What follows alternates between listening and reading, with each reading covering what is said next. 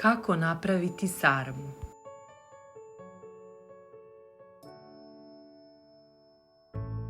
Pet srednjih glavica luka sitno iseckati na kockice.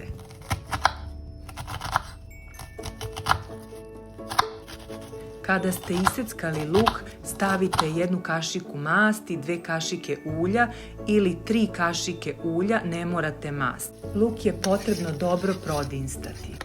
Kada ste prodinstali luk, dodajte kilogram mesa, možete po želji, juneće, teleće, mešano, svinjsko, kako god volite. Kratko prodinstajte meso i dodajte 1 šolju pirinča, dodajte začine po želji, dodajte alevu papriku, dodajte biber, dodajte začin.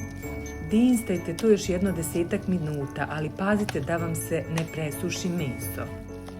Potrebne su 2 srednje glavice kiselog kupusa. Sipati željenu količinu mesa u list kupusa i umotati sarmu.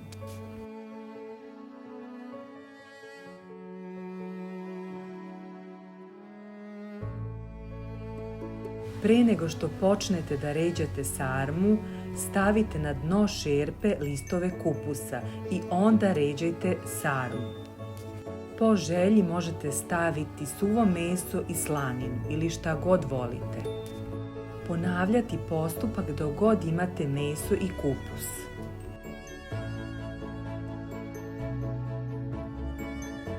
Na kraju preliti vodom sarmu. Koliko ima sarme, toliko sipati vode.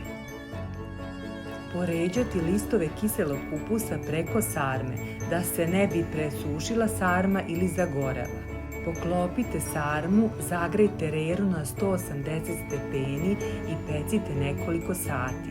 Pred kraj možete skinuti listove kupusa i još malo zapeći sarmu.